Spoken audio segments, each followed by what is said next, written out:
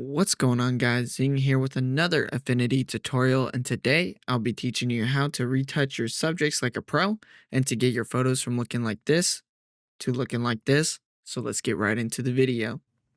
Alright, so you should have your player cut out now. If you want a tutorial on how to cut out players, let me know in the comments down below and I can make one for you.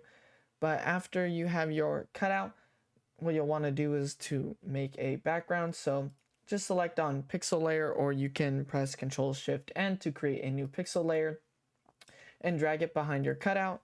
Go ahead and name that background like so.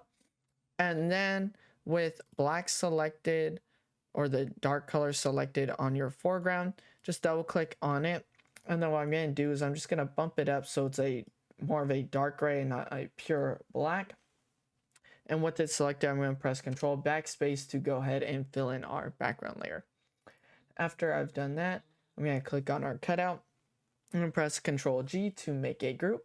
And I'm going to name that Adjustments, because whenever you add adjustments, if you put it in the group, it will only affect what is in that group, which is pretty neat. You don't have to clipping mask everything to that specific layer. You can just put it in your group and it will automatically affect whatever pictures inside of it. Now, for your adjustments, you can either go down here to your adjustments button and add the adjustments that you want specifically there. Or what I like to do is I like to go to my color grading studio. If you don't have it, you can click on Studio Manager and add in your color grading studio. Now with your color grading studio selected, you can see there's quick adjustments, which are grayed out because I don't have anything selected. And there's your adjustments here, all the same ones that are in the adjustment tab. But when you go here, if you click on one of the down arrows like so, you can see they have different presets for any of the different adjustments that you can think of. So if you like a preset, you can put that automatically onto your photo. So what I like to do is I like to start with the quick adjustments, and I'm just going to select the group. So all these adjustments will go straight into the group, and I can change them more easier instead of having them automatically clipping masked onto my photo and then having to press the drop down menu. It gets a little hectic in my opinion. So I like to click on the group and add them to the group, and they'll just automatically go onto the photo anyways. So for this one, I'm going to lower the exposure just a tad bit, and then I'm going to bump up the brightness just a little bit. I want to keep as much detail as I can in the jersey, the wrinkles and stuff like that. If you do too much, you start to lose detail in the jersey. So go ahead and bring that back down to something like that. Was good. And then I'm going to bring down the shadows to keep the shadows dark.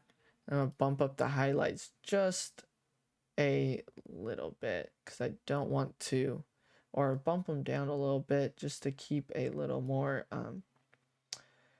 of the details in the jersey. And you don't have to do anything with hue. I'm going to bump up the saturation just a tiny bit to give him his skin some more life. And then for the jersey, it is a little blue hued, so to balance that out, I'm gonna adjust the temperature of the photo, put it like 3-4%, and then I'm gonna balance it out a little bit with the white balance tint, put it about 11%, so that this white is more of a white and not like a blue white or like a yellow white. And then I'm just gonna bump up the sharpness a little bit and the clarity a little bit. And that will be all the quick adjustments I'll do. And then I like to go back to the regular adjustments, and I like to add a selective color, and I like to click on default and just make sure when it goes into your layers that you put it inside your group, so it'll be clipping masked to only our subject. Otherwise it'll go on the whole project.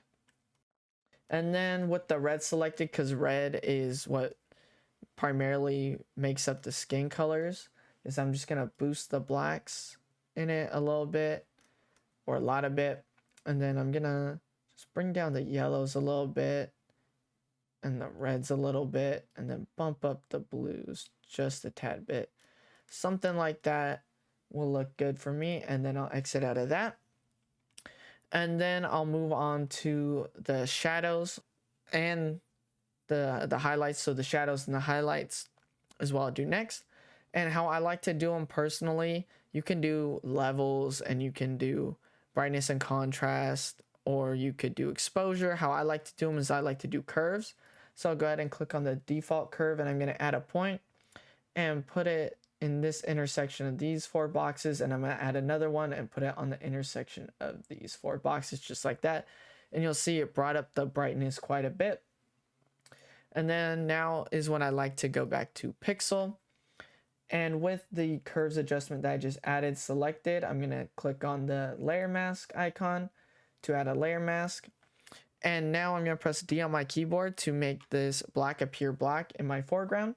I'm going to press Control Backspace to delete the mask, essentially. And then I'm going to grab my brush tool. I'm going to press B on the brush tool. And then I'm just going to bump down the hardness to 0%. And then I want the flow to be 30% and the opacity to be about 50% on my brush. And when you're painting on the mask, black will delete and white will add. So if I'm painting on and there's something I don't like, I can always press X on my keyboard to switch to black to delete what I put on, or I can switch back to white to add more in. And then what I like to do is I'm just going to go around my subject and just carefully brush on with the white brush where the existing highlights are on him. So like on his forehead a little bit, and just click on his hair. You can see some in his hair, on his ear here, on his neck here, as well as like on the jersey as well. You can see some highlights coming through on the jersey, brighten up the jersey as well ever so slightly. I'm just going to go around the whole subject and just add in a rim light and add in some more brightness on the jersey.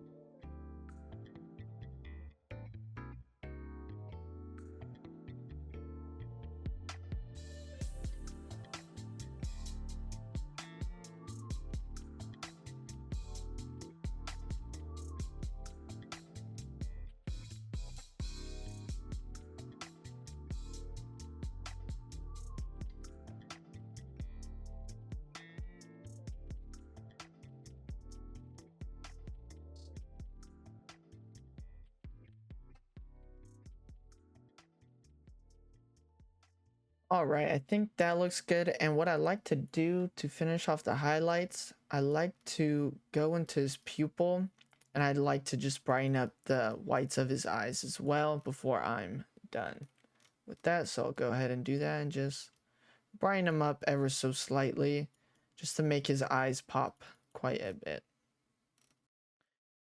Just like that, those are the highlights, and you can see the before and after, and you can see that it's already adding a lot to our subject. And now what I'm going to do is I'm just going to go down here, and I'm going to add another curves right here. And then I'm going to do basically the opposite of how I did my other curves. So instead of the point being up here, I'm going to put it along these 4 and then add another one down here, and you can see how much it darkens up the subject. Just going to click X, and I'm going to, with that new curves adjustment added, click on the layer mask, same as the highlights, and I'm going to press Control Backspace to get rid of it. And then again with the white brush, I'm just going to paint in everywhere there's shadows. So a little bit right here on his forehead, right here on his hair, his beard, and I'm just gonna go through everywhere there's shadows, and I like to really accentuate where like the wrinkles are, and on his jersey too, just to give him a little more texture as well. So I'm just going to go ahead and go through the jersey and do that as well.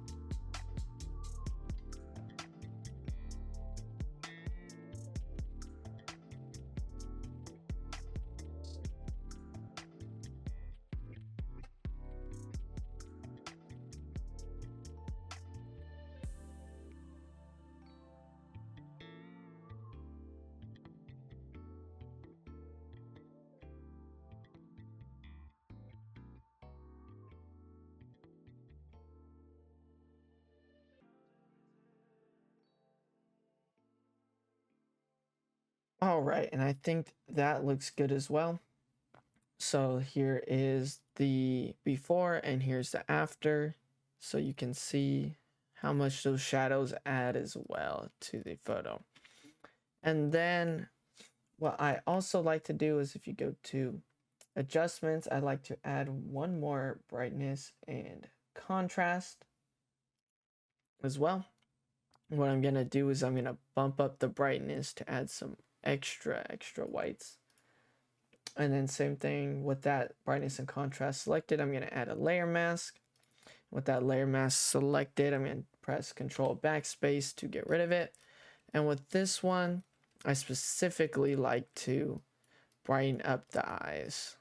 Just the whole eyes, the pupil, and the whites of the eyes, just to give the eyes some pop.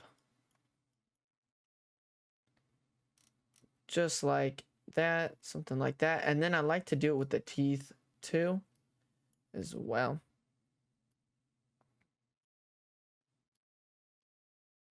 Just paint in just to whiten the teeth, just to make sure they're nice and bright.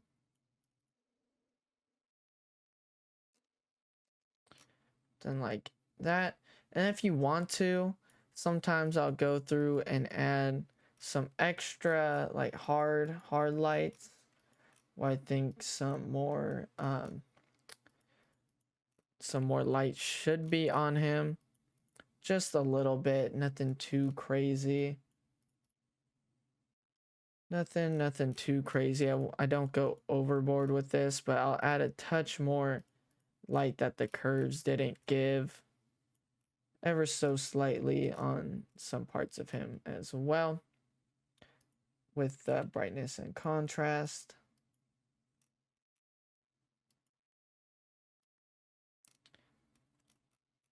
I think that looks good. Maybe a little touch here as well, like that. Now that is looking fantastic. And then just one more thing I like to do is I like to create another pixel layer. On that layer, I'm going to press Alt Backspace to make it white.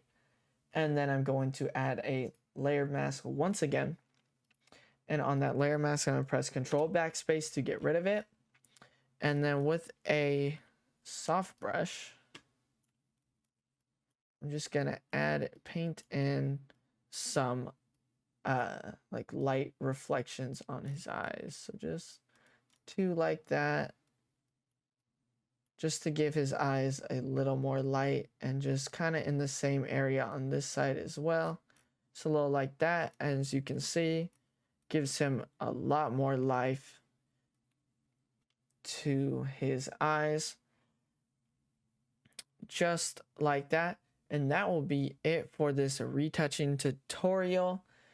I'll show you the before right now and the after so you can compare how they look.